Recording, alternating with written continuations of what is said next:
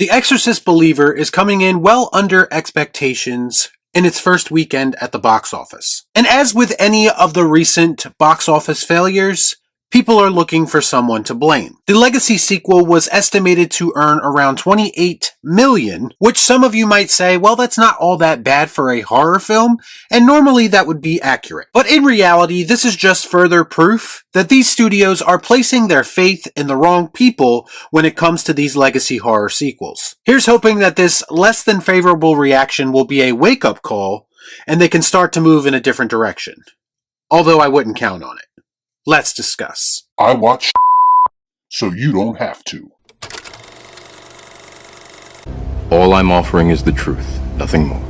So I want to take a moment and point out that every single thing that I said about this movie prior to its release ended up being true. In response to my trailer reaction, I got comments suggesting that I was the only person to put out a video that had a negative reaction to it. Some people even accused me of having fake hatred towards the film for reasons, I guess. Basically, a lot of people had themselves convinced that this was going to be a banger. But that's because people are typically looking at these horror Legacy sequels with their blinders on. How many Legacy sequels have to come out and be ultimately underwhelming before people wake up and stop giving modern Hollywood the benefit of the doubt?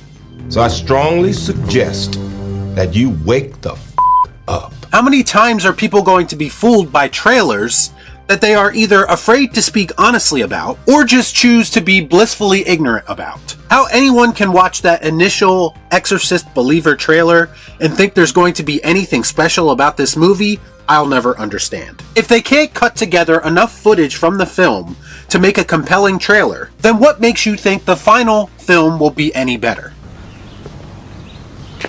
That makes sense. I understand as fans you want to enjoy these things. I get it, so do I. But in the process of wanting to enjoy ourselves, we can't lie to ourselves either. At some point, we need to start holding studios accountable for creating a bad product. And what's funny is all this fake hype for this movie on social media, once again, did not translate to box office success. Let me put on my surprise face. You're pathetically predictable.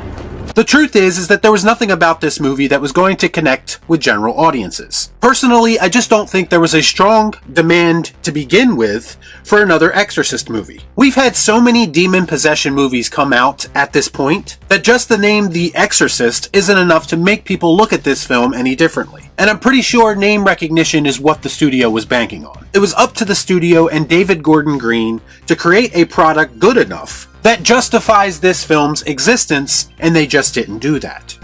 That is why you fail. They made a standard demon possession movie and slapped a recognizable name on it. A theme with a lot of Legacy sequels lately that have not lived up to the originals like promised. Candyman, Scream 5 and 6, David Gordon Green's Halloween trilogy, Netflix's Texas Chainsaw Massacre, Hulu's Hellraiser. Do I need to keep going? Is it at all possible that we're getting the impression that these studios do not understand these properties? And they typically just hire someone to make something under that brand name, and it ends up being underwhelming. Don't waste my motherfucking time!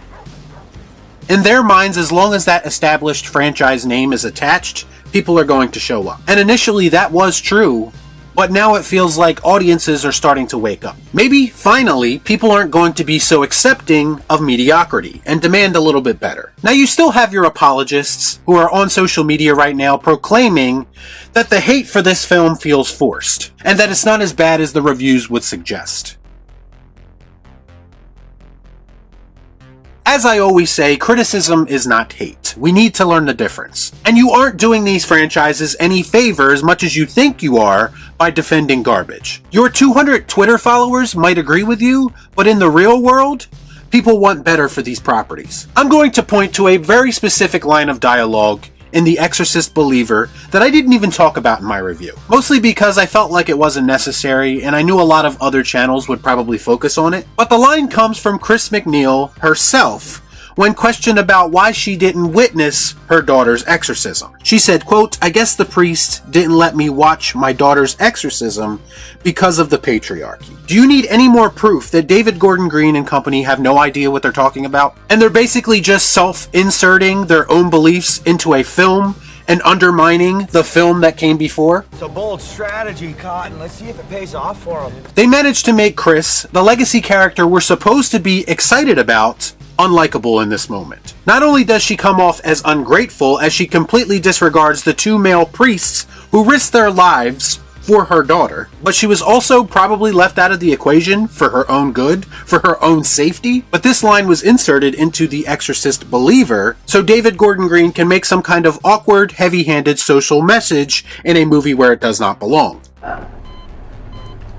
Why? But tell me again how David Gordon Green understands this property enough to warrant him getting an entire trilogy. I want to thank listener HorrorMaster13 for bringing a quote to my attention from the late great William Friedkin. Before his death, William said of The Exorcist Believer that, quote, "The guy who made those new Halloween sequels is about to make one to my movie, The Exorcist. That's right, my signature film is about to be extended by the man who made Pineapple Express. I don't want to be around when that happens, but if there's a spirit world and I can come back, I plan to possess David Gordon Green and make his life a living hell."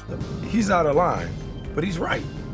Not only is this savage, but it is also a completely legitimate concern, and it echoes all of the same things that I've been saying about these legacy sequels for a while now. John Carpenter was quoted as saying he's only involved in the new Halloween trilogy for a paycheck, and that he really doesn't care about these movies. When the creators of these properties don't feel the need to be involved in a meaningful way, and typically don't even give their blessings, how am I supposed to overlook all of these movies' shortcomings? Not up in here! Not up in here! And you can add Wes Craven to that list as well. Bottom line, you can blame whoever or whatever you want. You can blame toxic fans, you can blame review bombing, you can blame a lack of interest, you can blame the harsh critical reviews. But the real problem here all starts at the studio level. And we have to stop looking for ways to let these people off the hook. This is their job, and they should be doing a better job at it. All this external won't matter if you make better decisions at the studio level and ultimately end up making a better film. Oh my god. I get it. My advice at this point would be enough with the legacy sequels. They have definitely run their course. Let's save Jason and Freddy before anyone ever gets their hands on them, because they're probably next. And why don't we start focusing on original ideas again? To me, that's why horror last year excelled, and why horror this year has been mostly a failure. There was much more of a focus on original ideas last year. The proof is in the results, and they should end this horror legacy sequel trend now before too much damage is done to these properties. The Exorcist Believer underperformed in its opening weekend, and it will most likely have a massive second week drop-off because every film does. There's a very real possibility that David Gordon Green's trilogy won't be happening, and I think that's best for everyone involved. Y'all be cool. Right on.